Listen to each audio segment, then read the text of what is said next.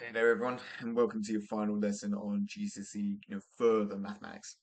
And we're continuing with matrices, where we're going to build upon what we did last time, where we had an intro to matrices. We looked at what they are, how to interpret them, particularly in terms of operations of addition or multiplication, especially multiplication, which can be a bit more tricky. Um, and yeah, looking at like their dimensions, identity matrix. Uh, and today we're going to be applying that. So here we'll look at linear transformations, which is basically a transformation using a matrix. How can we interpret that better? How can we then extend that to the multiple transformations? How can we express multiple transformations in a single matrix? What does that look like? We're going to look at matrix equations and how do we solve those equations. So we could have some equation of vectors and matrices, and where there are elements that are unknown values like x and y or whatever, and we want to try and solve for that. And then finally, we're going to take a deeper look at inverse matrices. How can we find an inverse, and then how could we use that to solve a matrix equation in some cases? So first of all, looking at linear transformations, matrices as transformations. So say if we've got this matrix here, first of all, what does this matrix represent?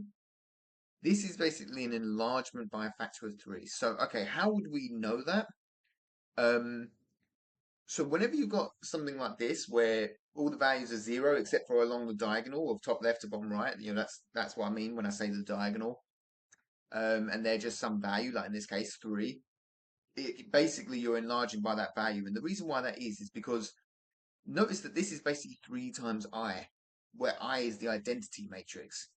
And remember, the identity matrix is the matrix that essentially does nothing. Like if you transform by the identity matrix, it does nothing.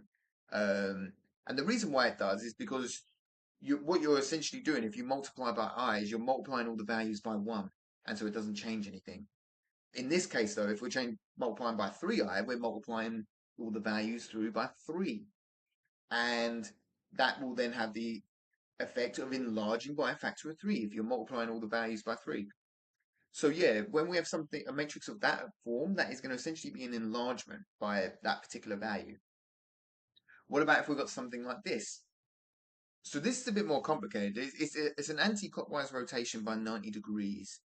And in order to understand this, we'd have to think of it in terms of, so remember last time when we was interpreting a transformation matrix, it's what we're doing is if we look at like what we call the basis vectors, where it's like one vector, like 1 in the x direction and 1 in the y direction. So that's going to be the vectors 1, 0 and 0, 1.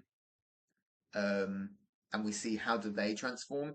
It's essentially going to be the columns of this matrix. So that vector of 1, 0, 1 in the x direction is going to go to 0, 1. And the vector of 0, 1, the basically 1 in the y direction, is going to now go to the vector minus 1, 0. So you see the columns of the matrix there. So okay, let's try and illustrate that. Let's say if we've got here like these vectors, just 1 in the x direction, 1 in the y direction. We saw there, yeah, that the y that was going straight 1 up will now end up going 1 to the left. And the x direction that is going 1 to the right will now end up going 1 up. And notice what's happened there. The axes have essentially just rotated 90 degrees. And that's and because remember, all vectors are essentially going to be made up of some combination of these unit vectors. Just 1 in the x direction, 1 in the y direction. Every vector is some combination of those. Then we can see that all vectors are essentially getting rotated 90 degrees like that. So that's how we can essentially determine that is a 90 degrees rotation. If we look at this last one, we can kind of do a similar thing. Like notice this is very similar to the identity matrix, except you see that first one is a negative. So again, if we think of it in terms of where are the x and the y is going, so 1 in the x direction is now going like to the right, is now going 1 to the left, because the vector 1, 0 is now going to the vector minus 1, 0. And you see the vector 0, 1 in the y direction is now going, you're looking at the second column in this matrix is going to the vector 0, 1 again. So it's not actually going anywhere. So all that's happening is, 1 in the x is going to 1 minus 1 in the x direction. It's just flipping round. And it would work the other way round as well. So you see it, I think it's just flipping horizontally, which is essentially a reflection in the y-axis. So that's what this matrix is representing here. So yeah, so by thinking of it like that, you think of it in terms of where those one unit vectors, 1 in the x and 1 in the y direction are transforming by looking at the columns of this matrix. You can then kind of infer what transformation it's doing. So like I've mentioned before, these values along the diagonal here are really important. Like you see a reflection and enlargement tend to just have values along that diagonal, whereas you see in the rotation case, it can have these off diagonal terms. So that's another way you can kind of distinguish what type of transformation you might have here. So yeah, you're not likely to be tested on this so much. It's a bit more abstract. But you can see there by looking at those columns of the matrix, you can kind of see how your x and y values are going to change from one under this transformation. So let's look at when we're applying multiple transformations. What does that look like? So say here, I've got my 3 matrices, which is my enlargement by a factor of 3, rotation anti-clockwise by 90 degrees, and then finally a reflection in the y-axis. Say if I had this matrix here, which is, well, this product of matrices. First of all, let's work this out. So you can see this is, you've got your enlargement by 3 in the rotation matrix. We're multiplying these two together. You might want to pause here, try that yourself. So this multiplication should be something you'd be able to do now. Remember going through each column on the left matrix and multiplying it through by each column on the right. And you add up the values and you end up getting this. And okay, so what does this matrix represent as a transformation? Well, what this is going to be is it's going to be a rotation anti-clockwise by 90 degrees and then an enlargement by a factor of 3. So we don't have to look at the individual columns of this matrix and try and work out what it is, because we can see this was produced by multiplying these previous 2 matrices, and we already know what they do. But the order matters. So when we're applying matrices as transformations, it works very similar to how functions work. So remember when we do something like, say, fg of x, it's applying the function g first and then the function f. It kind of works its way from right to left, inside to outside. And it's the same thing here. So you see here, reading from right to left, it's the rotation matrix first and then the enlargement by 3. And so that order matters. Normally, you find in this particular case, it actually doesn't. I could swap these 2 matrices around and you still get the same value. And you could do this matrix multiplication yourself and see it will still equal the same matrix. And the reason why is because these 2 transformations are independent. Rotating and enlarging, you can do them in either order, and it doesn't change anything. You're still going to get the same result no matter what order you do them in. But that's not always the case. Like say if we look at this one, so you see here again, reading from right to left, you can see where we're doing a rotation by 90 degrees, and then we're doing the we're doing the reflection in the y-axis first, and then we're doing the rotation by 90 degrees. So we can calculate this product, and we can see, yeah, that's what this resulting matrix is going to represent. It's that reflection first and then the rotation. And this one is different from the one before, because if we swap the order, everything changes. So the matrix is different, therefore the transformation is different. And the reason here is, yeah, the transformation is now the reverse. We're now doing the rotation by 90 degrees and then a reflection in y. And you might want to try this yourself on your own set of axes. Maybe plot a couple of points or something and do a rotation by 90 degrees around the origin, and then do a reflection in the y-axis. And then do the reverse. Start with those same 2 points again and do a reflection in the y-axis first, and then do a rotation. and you'll see they won't always go to the same points. And that's because those transformations are not independent of one another. So the order really matters. And that's why the order of matrices typically matter, but not always. So that's how we do multiple transformations. It's essentially the multiplication of matrices. And think of it like functions, in terms of the order. You're starting from right to left, because as you apply them. Let's look look now at matrix equations. So this is what it says on the tin, really, where we've got an equation of where each of the terms are like matrices or vectors, and we could have unknown values in those matrices and vectors, and we want to solve for those unknown values. So say if we have something like this, for example.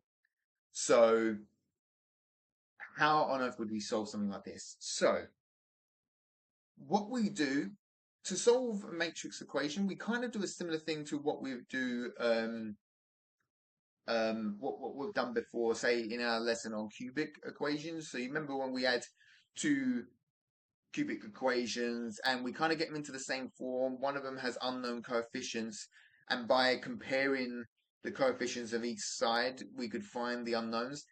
It's kind of like a similar thing here where we want to get both sides into the same form, and then we can compare the elements of each uh, on each side, the vector or the matrix that ends up on each side. And we can see we're going to essentially have a 2 by 1 vector on each side. Like the right hand side is already a 2 by 1.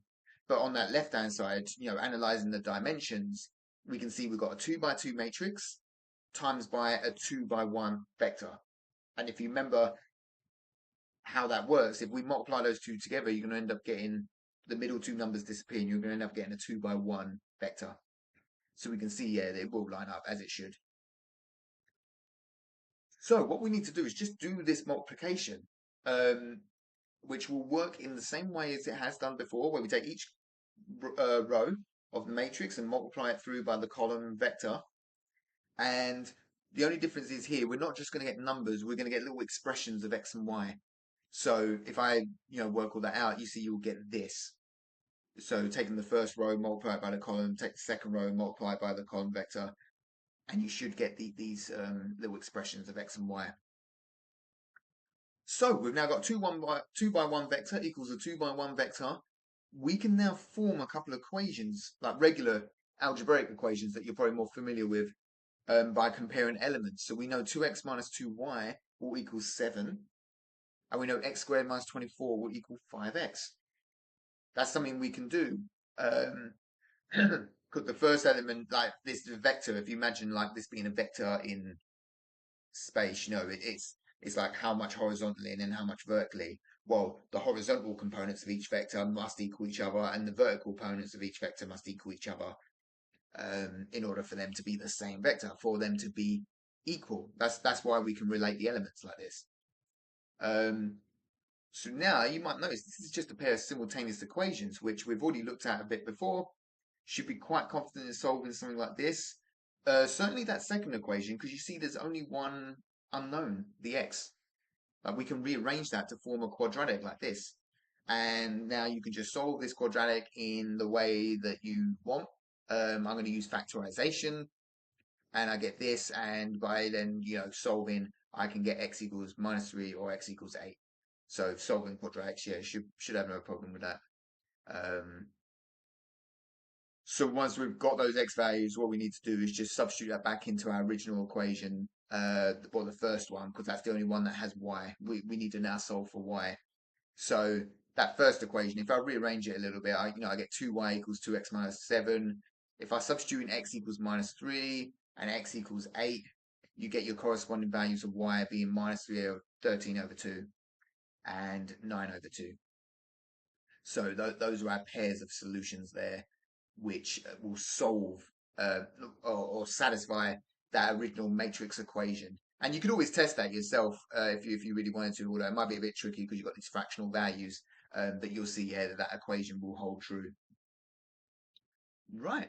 So that's one example, and that's typically how it works. What we want to do, we want to try and evaluate our whatever, kind of operation that's happening to get a matrix or vector on each side that are the same in terms of dimensions, and then what we want to do is just compare the elements, and that allows us to then essentially form simultaneous equations, and then we can use everything we already know about solving simultaneous equations to then solve.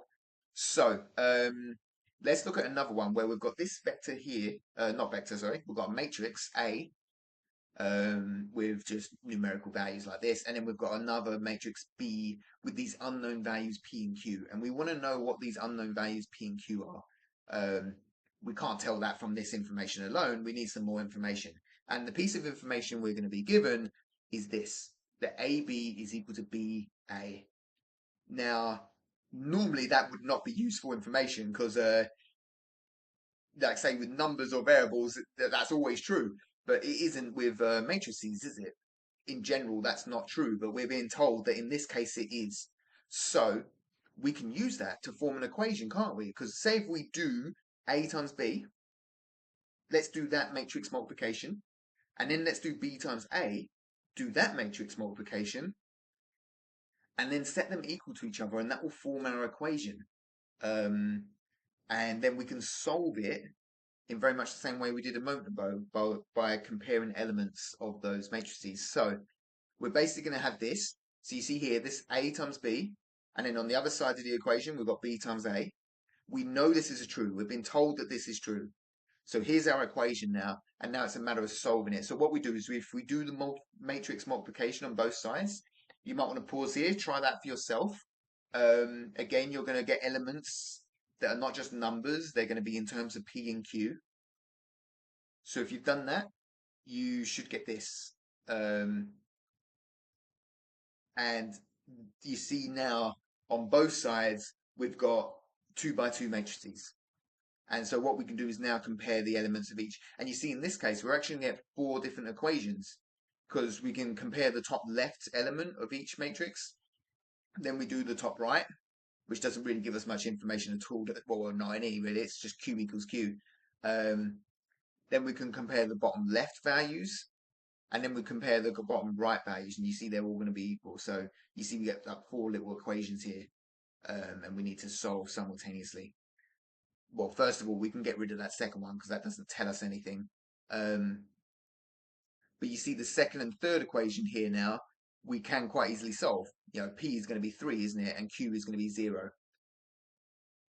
So we get our 2 values there. But the one really important thing is here, just for completion, is to check that they still satisfy the other equation that we haven't used. So P equals P plus Q. And in this case, if we substitute in our values, you're going to get 3 equals 3 plus 0, which is true, isn't it? So we know that those values are correct. That's an important thing when solving simultaneous equations.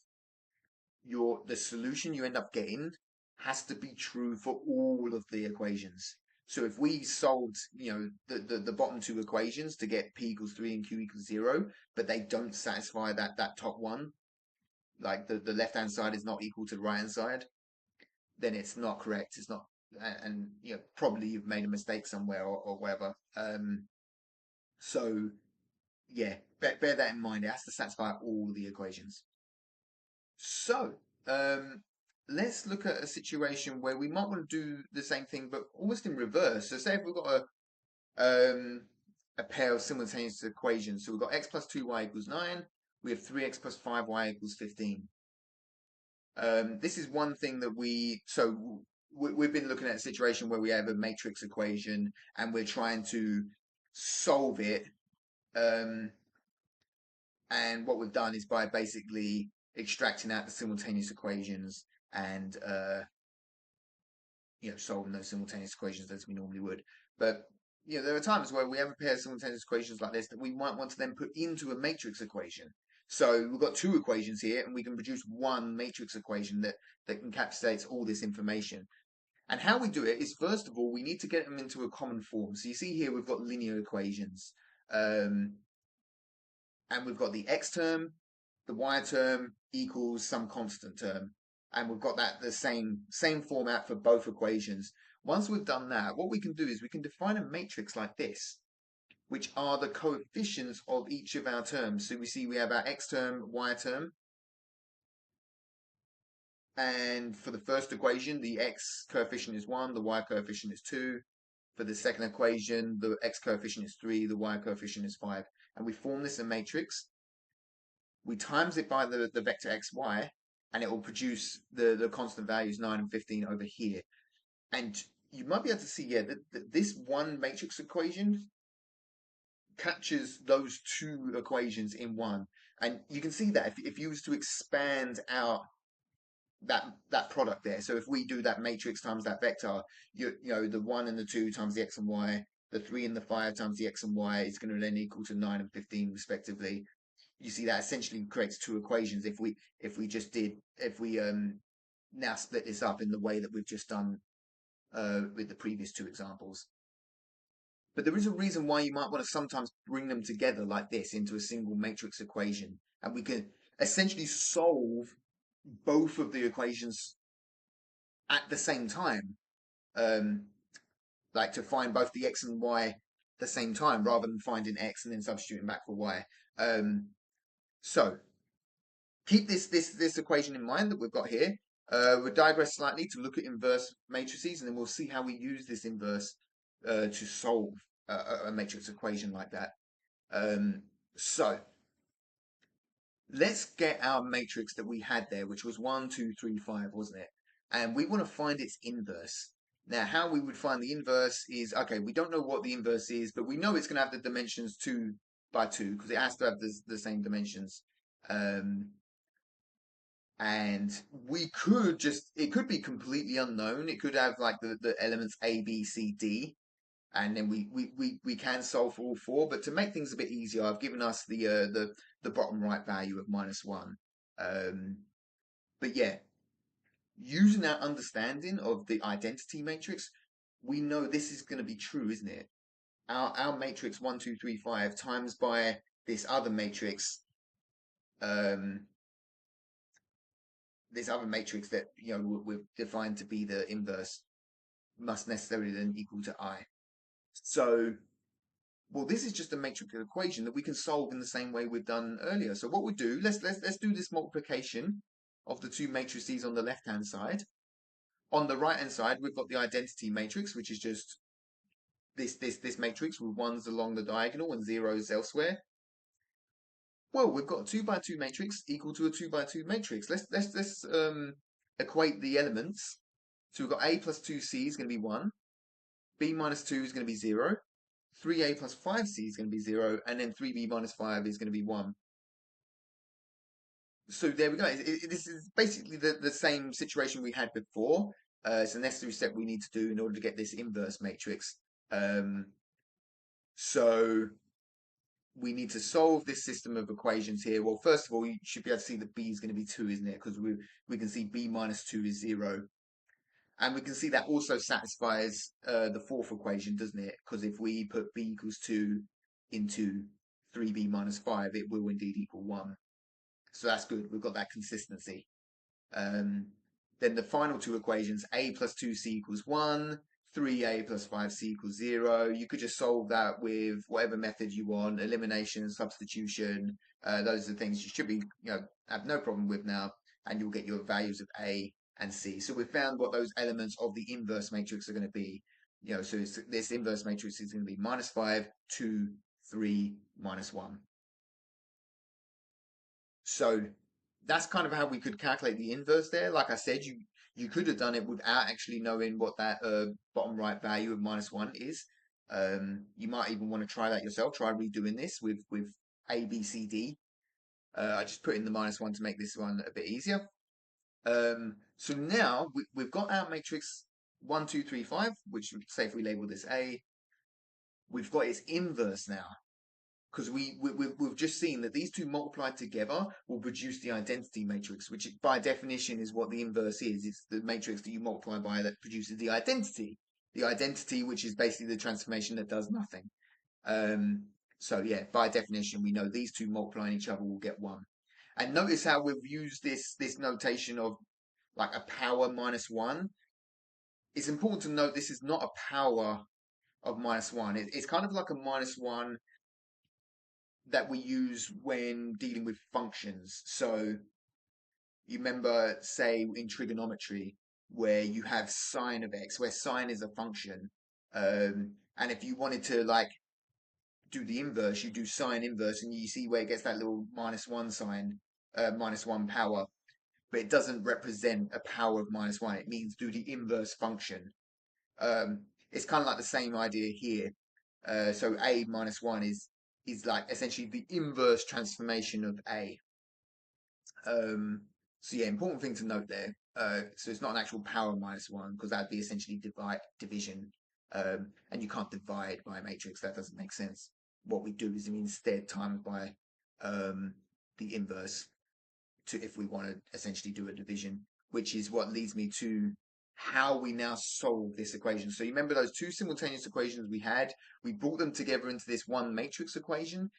How can we've worked out what the inverse of 1, 2, 3, 5 is. We found it's this inverse matrix of -5, 2, 3, -1. How can we now use this to solve this matrix equation? Well, what we do is we times both sides by this inverse. And we have to times in the same way, because remember, the order in which you do multiplication matters. So what we're going to do is we're going to times from the left. So you see here, I'm going to multiply both sides of this equation by that inverse matrix. And that will get us the solution here. So where did that solution come from? Well, let's look at the left-hand side first. Notice what we've got there is basically A inverse times A. The two matrices there multiplying it. And we know that's going to be basically the identity matrix. Whether it's A times A inverse or A inverse times A, it doesn't matter. They're opposites of one another. It's always going to come to the identity matrix. And the identity matrix times by the vector xy is just going to be the vector xy. Because by definition, the identity matrix is the transformation that does nothing. So this is kind of like how we essentially do like a division. Like we've got this matrix times in the xy solution. We can't divide by the matrix. What we do is we multiply by its inverse, and it essentially cancels it out. And then what we have to do is essentially the same thing on the right hand side. Again, multiplying from the left, multiplying that vector from the left. Otherwise, it wouldn't necessarily work. And so now what we do is we just do that multiplication. So the -5, 2 times the 9, 15, the 3 -1 times the 9, 15, and you get these two values. And you see we get xy equals -15, 12. So that basically means x equals -15, y equals 12. So you see there, we found x and y in one go like that. Now, why would we do that? You might think, oh, that's a lot of work there. Why would we bother doing that when we could just solve the two simultaneous equations directly and it'd be a lot easier? And for two equations, yeah, you probably would do that because it'd just be easier. This technique though is really handy when you start getting much more complicated situations. This is something I can talk about like from my own work. I've dealt with situations where you might have vectors and matrices with tens, hundreds, sometimes even thousands of elements in them. And you don't want to have like 100 or 1,000 different equations and try and solve them all simultaneously. I mean, you're not doing this on paper, you do it with a computer. But even on a computer, you don't want to be doing that. What a computer understands is if you put it as a matrix like this and you calculate the inverse matrix and then do this multiplication, you can now work out all those hundreds of possible variables. You could work them all out in one go, much more efficiently. And so that's where this technique comes in. Like you're only doing it small here with just 2 by 2 matrices, but this exact same concept can work even if you had a matrix of like thousands of values. And so yeah, there's this concept of finding an inverse matrix and times in it on both sides in order to cancel out a matrix and find out xy like this. Yeah, that's why we learn this technique, and it's super useful. But that's it. Okay, so we're all done. Done with matrices, done with this course. So let's. So this is like it's meant to say challenge question there, but it's also an interesting. Did you know that some matrices can have no inverse? So it's kind of like you could think of it as in like multiplying by 0. That has no inverse. It does it like you can't then divide by 0 to cancel it out. and matrices have the same kind of idea. Um, so it's kind of like a transformation that can't be reversed, which might sound confusing. So you think like if you have a transformation that's a rotation by 90 degrees, well, you could just rotate back. Or a transformation that's an enlargement, well, you could just shrink back, couldn't you? Like, why could you not reverse a transformation?